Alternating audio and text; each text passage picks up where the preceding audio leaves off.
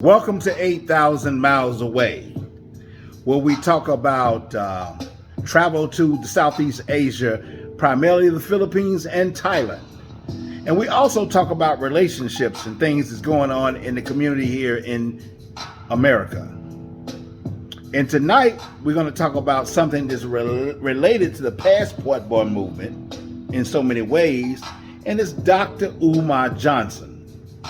Tonight, there are two things about Dr. Johnson that I disagree with, and I want you guys to know. We can't let this rest because he's a very articulate brother. His delivery, his message as it relates to black thought, and his pulse on the black community is definitely to be respected. However, when he talk about relationships, he ain't got a damn clue. He's just pandering to the B-dubs, the black woman. And I'm going to pause this right now because we're going to get into this. Because Dr. Johnson, even though, like I say, he is a well-spoken brother when it comes to the black community, when it comes to speaking about relationships, he's out of pocket. He's off code and he's completely wrong. And it's kind of ridiculous a little bit because, you know, a lot of people who listen to him for that reason, and really it's kind of not way off base. Way off base. It's bullshit, really. So I'm gonna take a deep dive into him, and there are two things about him as the reason why I don't agree with him. Number one is he don't practice what he preach, and you can't speak on something when you're not that when you don't live it yourself. And number two, he really just panders to the B-dubs, the black women. Now, there are a couple of videos I'm going to bring here to substantiate my point from two popular YouTubers. One is the famous O'Shea Jackson, and the other is Dennis Sperling, Attorney Dennis Sperling. And the reason why is because they really go into it a lot deeper. And I'm going to play a little bit of those two videos to kind of let you know exactly why Dr. Johnson, because, you know, you can listen to someone and you can get caught up in their intellect and lose the message and get lost in the message. And that's what he does. He speaks, and a lot of brothers sometimes hear all that intellectual conversation and then get lost in it. And the women, they just love it, because as long as he's pandering to them, they're fine. He's almost like a black preacher that's talking to the congregation. That's what's in the church anyway, all black women. So he's much different. He got to keep his paycheck going. Y'all realize that? He got to keep, let's say it again, for the people in the back, he's got to keep his paycheck going. And I feel for that. That's cool like that. If that's how you get paid, that's how you get paid. But it's dangerous when you run that kind of information and you're not being true to the black community. And that's what's up with him. And I'm not no damn dummy. I'm a boomer, obviously. I ran for office. I won office. And I held several boards. And I come from a generation of black leaders that taught us what's fake and what's Memorex. You know, I remember a time when I was running for office. And there was a city councilman. And I was speaking before the women's, I guess it was a women's commission. I can't remember the exact name. It's been years ago. And, you know, there was a ton of women in the audience. And it was, so I'm going to throw the name out there, Councilman Danley, who was a principal from the same neighborhood I was. So I walked up I was running for city council. And I walked up to the counter. I had a piece of paper with me. And I had everything right I was going to say. He snatched the paper from me and said, "No, you don't read from a paper in front of an audience. You speak what you know. And if you can't speak what you know, don't speak at all." Now, this is seconds before I was going to speak to people, which left me kind of out in the cold. So educators like him, teachers like him, principals like him, senators like him that from my generation here in North Carolina, like Gant and Richardson, and the people that helped cultivate who I am today, along with the national leaders like even Jesse Jackson and Farrakhan, and people who molded who I am, including my own father. So, you're not talking about you're not talking to somebody who don't know the black community. I've been around a long time. So I know bullshit and Memorex when I hear it. I know what do you call it? Fake salesman when you hear it. So you know when someone is selling you bullshit when someone's selling you real. And Dr. Johnson's kind of selling us a lot of bullshit when it comes to relationships, but when it comes to black thought and it talks to the pulse in the community, you might want to listen to him. So most of what he say is worthy of hearing, but when he gets into relationship talking, he's kind of off base. He's really off base because he's not, number one, the reasons why I'm talking on video today, because number one, he's not walking the walk, and number two, he's presenting information to pander to women. Now, I got two videos that I'm going to throw out there for you and to show you how this guy's full of, ish.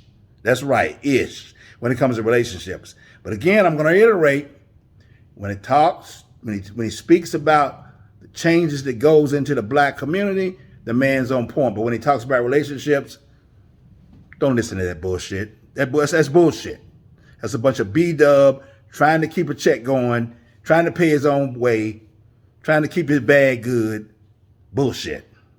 Now, so I'm going to play these videos here to substantiate what I'm talking about, and y'all tell me what you think.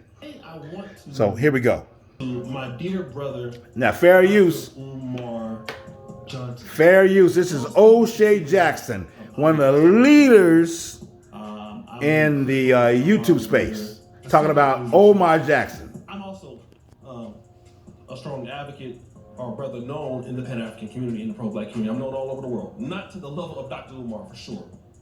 But I believe that the message in which Dr. Umar Johnson delivers, 97 or 98% of the time, I'm in agreement. Hang in there. Saying the same thing I say. A marvelous articulator of a black mind, of a competing black culture, at least in his teachings, in his intellect, that I cannot take away from him.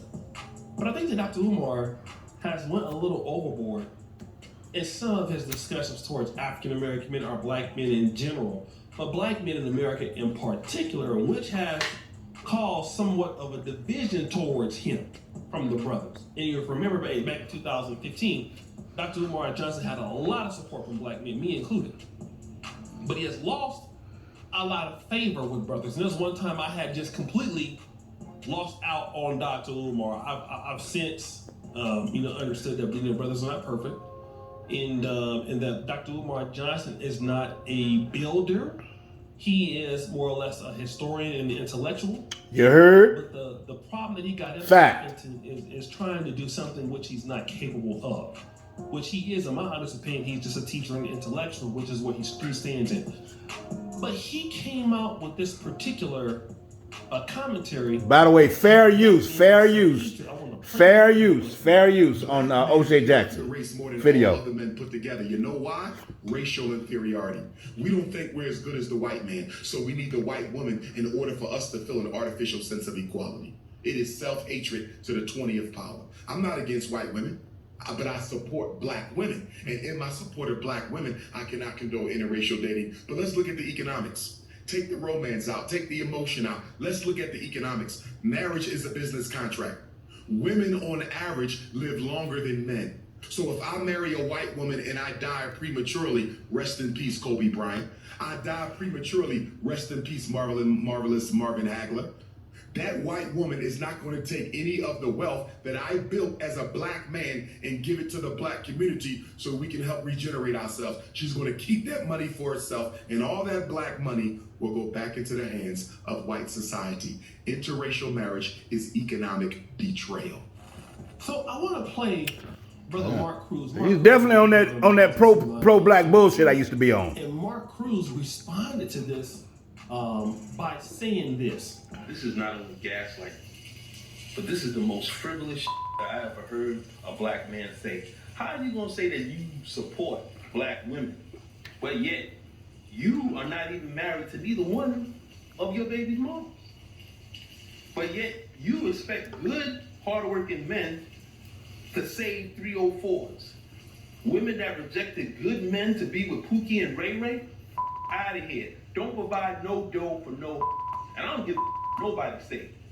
Date the woman that treats you better, no matter the races. Because it's not about race. It's about the heart and how the person treats you. That's all it's about. How are you gonna listen to somebody that's not even married to either one of his baby's moms? Date the person that likes you. As long as Fact. Okay, and he's right. That's why I believe at this particular time in my life, I'm not on that pro-black shit anymore. I don't necessarily believe that you need to date someone of your own race. You can get your passport, you can go abroad, and you can meet a woman that's more traditional, that's more cooperative, and gonna show you and gonna be more family oriented. Not these 304s that's going on now. Maybe 20 years ago, it used to be different. Maybe 30 years ago, it used to be different before our culture evolved into what it is today.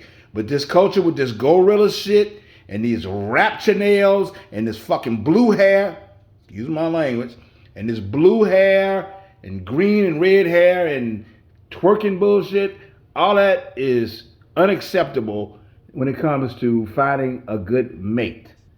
And of course, women these days, they on some bull.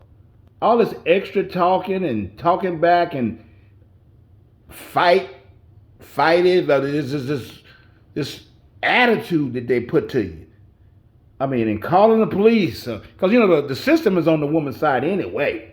You get an argument with a woman, all she gotta do is call the police. She might even just push you to that point where she do call the police. And once you get the man involved, it's over for you, bro. They're not gonna listen to what you saying. Generally, you going to jail.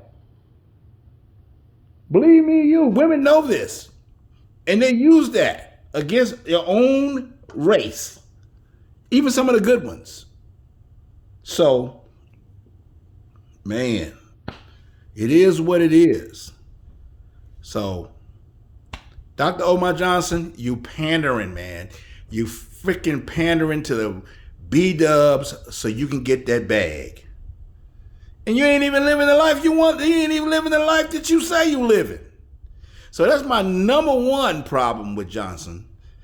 You know, and that goes back in the day with the Jessies and all that. They didn't live. They may have did some of the things that they didn't say they did. They did some of the things with women and saying things like that. But they kept the message strong, and it wasn't like necessarily so much fake as they are now. This guy is complete false, you know, when it comes to relationships now. Now, you know, and nobody's perfect, but you got to take it for what it is. So that's that video, and that's the first problem I have with Johnson. You don't live it, you can't talk it. I don't talk it when it comes to relationships. Neither can he. With 2 marriages, babies out of wedlock, messing with transvestites, or at least, so I hear. I mean, that can't be confirmed in any way that he tried to push up on one that got set up by the B-dubs, but that's just another story. I'm not confirming that, but I am saying that he had relationships outside of marriage, and he didn't marry any of the women that he talked about. But he's so about black power and black women in marriage and the contract. I call cap on the brother. So, now there's another video here. It's going to by Dr. Sperling, Dennis Sperling, Attorney Sperling, is going to really break it down. So I'm going to go to that video now. Play a part of it. And again, I say fair use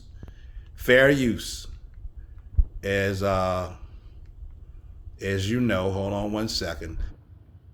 A lot said about this clown, this guy. I call him a clown. I ain't mean to call him a clown, but he kind of acting like one a little bit. So I'm gonna go to. Hang on. We're gonna go. Hang on. Bear with me. No. We're gonna go to this part here, and you may have already seen this, but it's necessary for you to see this so you can see the real. Dr. Johnson is on some straight bull crap. So let's play this video now. Fair use, I say fair use. Definitely fair use. My brother was trying to bring up the point of saying, you just said black women will never get married because there's not enough good black men around. But fair use. We're my African brother. Africa is full of black men. But why don't you tell them to go to Africa? See, Dr. Umar Johnson, but here's the problem with that. African men, and we've seen somebody type passport bros in the chat room. That's right. We see passport broads failing overseas. They're failing in the Dominican Republic. Miserably. And they're failing in Africa miserably because the cultures are different. Because those African men and those Dominican men are patriarchal, largely because they look up and they look at the leadership and they're like, the men run things in this country. I'm a man, so I run things in my household. It's not popular for him to tell black women to go overseas and get them an African brother. Why? Because black women are like, no, I don't want one of them Africans. Those Africans are gonna put too much restrictions on you. Those Africans, that's not something that every black woman wants to deal with. Again, I say fair use. So he can't sue them. That's not popular. But notice the brother never even got a chance to fully ask the question related to his previous statement before he starts saying, you say don't marry out of race. Yeah, I don't say don't marry out of race. Okay, cool. Okay, well, you tell black men not to marry out of the race. All right, got it. But what about telling black women if they want a black man to go overseas? The brother never got a chance to finish the question before he was cut off. Let's keep listening. Who married brothers they met in Africa. Right. So yeah, I think there's obviously plenty of black men Yes, and it black is. women. So And what I I'm not also saying that tell they'll black never women, get if you want to married. go get you an African man from the continent, Right. you would have to understand that the way in which you talk to black men in America will not be tolerated over there. Why? I want you to pay attention to this. This is wild, boy. This is crazy. Acknowledging the fact that black women in America talk to black men crazy as hell, to the point that it's out of line. Okay, I want just notice that. He said, look, I want you to go get an African man, but the way you talk to these black men in America, it's not gonna fly over there. It won't be tolerated. Do you hear that? Damn. So even in his statement, he acknowledges that black women are disrespectful, rude, belittling, and emasculatory when it comes to black men in America. He acknowledged that. If you listen, he acknowledges that. But that's never addressed. I want you to hear his response when the brothers say, that shit ain't tolerated here either. Listen to this. It's not tolerated here. That's what we're trying to tell them. Well, over here, I want to say this to us though, because we try to act like the way sisters treat us doesn't have a history that we are not at least partly responsible for. Let's be. Do you hear that bullshit? And that's right. He just said. Hold up. Dennis, damn. If that ain't bullshit, I ain't never heard bullshit in my life. And I want you to listen what Dr. Dennis Sperling says on why that's bullshit. Straight. Can you believe that? Wow. You can talk to brothers here. Now, I just made that point earlier. How sisters can't keep their mouth shut, which gets them in trouble a lot of time. Because even the Pookies and the Ray Rays that I know of, they scared of. They ain't gonna take that bullshit off of somebody they think gonna knock them out. But the brothers that got something to lose, oh, they'll talk to them kind of cats any kind of way. A black woman needs to learn to shut her mouth. This always got the last word shit is a reason why guys are taking flight and leaving. It's a bunch. It's what's up. And this guy here, to my point, he panders to that stuff. He makes it sound like he makes it look like black men are the victim because we got to take bullshit off of what a woman say. Come on, man. Go ahead and play the rest of it. I tell brothers over here that we are partly responsible for them disrespecting us and emasculating us in public. Now, if you go to Africa, you can't talk to them like that. But over here, they can talk to you all out the side of their mouth and crazy as hell because you're responsible for it. In other words, you being a victim of this disrespect is your fault. Do you hear this? Double talk? I want you to listen to that. Just think about that. Just think about that. That's like telling somebody who was, you're responsible for this ass whooping you receiving. Even though this person ain't gonna whoop the person ass around the corner, all right? But your ass, we whoop your ass. So what does that tell you about his thoughts about black American men? It says that he sees you as a whipping mule. It says that he sees you as worthy as not worthy of respect. So what does that say about himself? Mind you, this is a man who was messing around with some woman who caused him to lose his whole shit. A low-class woman. What does that say about himself? If you talking about black American men deserve to be talked down to and put down, and you're a black American man, what does that say about you and how you feel about yourself? But to the greater point, why should I subject myself knowing somebody's gonna disrespect me solely for me being in America and being a black American man? Why would I stay here for that? No self-respecting man, no self-respecting black man is going to say, hey, I deserve to be disrespected. But if I move across the street, nobody can disrespect me. I can speak up for myself if I move across the street. Right. We all moving. Right. But listen to the logic of this, brother. Let's keep listening. The black woman has had to hold down the black house. Playing from Galaxy Tab A7 Lite. Imperfectly. She's had to do it by herself since the mass incarceration of black males began in the 1970s. You look? All right. Let's listen to that conclusion. Now, those of you guys who know blackdemographics.com. Right. Go look at the studies. Black men were married after slavery ended. Black men walked all around the South to find their women. We walked around the South. We reunited with our families.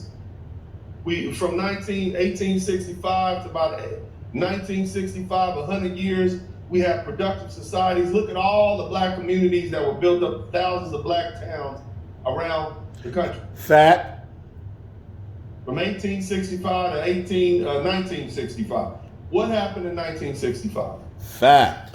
Come on now. What happened in 1965? Preach, brother. The brothers start talking about mass incarceration. Before we get to that, let's talk about in 1965. Because he said, pause this, brother, because during that time of 1965, we can't dismiss the fact that James Meredith, Martin Luther King, and both Malcolm all are murdered and killed, because those were leaders that are preaching things that help the black man and the black community stay together. But after 1965, as nice as the things that happened in 1965, or what it seems to be nice, ain't nothing but putting black people on welfare. And I'm gonna let Dennis Spurling take it from there. Because welfare, food stamps, and all these incentives were good, but they were utilized to keep the black man out the house. So they were utilized, and back then, you know, brothers, they weren't able to get the jobs they have now. So a lot of times, the social incentives were better than what the guys made themselves. But I'm gonna let Dennis Sperling say that, preach on that, because it's just ridiculous, man, on how things have just switched around over the last 25, 30 years. And what it is today, huh.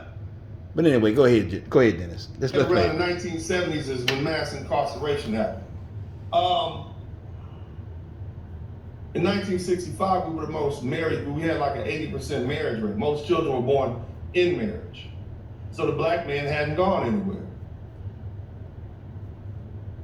But at that same time period, you had a generation of people who were experimenting with free sex and all this sort of stuff. The government and the Great Society, LBJ, came up with these programs and said, hey, you don't need that black empowerment. Come on over here, white woman, black woman. We know how you are here. Come on, we got some cheddar for you. We got some crumbs for you. Mm-hmm. They offered this to all the different women. But for some reason, the Hispanic woman and these other women, they took the food stamps in the Section 8. The white woman took the food stamps in the Section 8. It's more white people on welfare than black people. There's more white people in this country. Nevertheless, they accepted that. And they say, hell, I don't need this social contract with this black man anymore. I can breach this social contract. Because the white man is offering me the same benefits, except I don't have to be controlled by this black man. Yeah, the white social worker might come visit my house and make sure I'm taking care of these kids, but as long as there ain't no man in the house, I'm good. And at least I don't have to deal with that every day. This black man telling me to get up, cook, clean, whatnot, how to dress, where to go. So the black woman opted for what the government offered because she didn't no longer want to be under the authority or control of the black man. She didn't want to even share authority with the black man in the house. They made a conscious decision.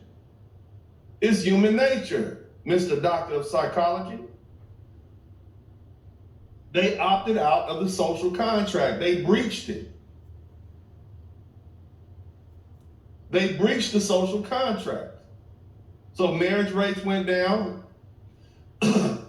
Black boys start being raised in households full of women. When you start talking about the incarceration rate, it didn't just happen for no reason. It happened because there's a higher propensity. 70% of the young men in prison right now come from single mother households. So do you see the correlation? These lovely ladies breached the contract and said, I can do it on my own. Next thing you know, you got a generation of young boys raised by women who have no control of their emotions, who are prone to violence, who haven't been checked, who don't respect authority, and they end up in prison. You see the correlation? So you have to ask yourself, well, who's responsible for this breakup of the black family? The black woman didn't see an incentive to be married to the black man anymore when she could get the same things from the government. Why aren't we talking about that? You want to know why there's a rise in crime? Because you got out of control black boys running crazy in these streets being raised by single mothers. But where do single mothers come from? Women pick and choose who they have children by. Don't they? Preach. They do that.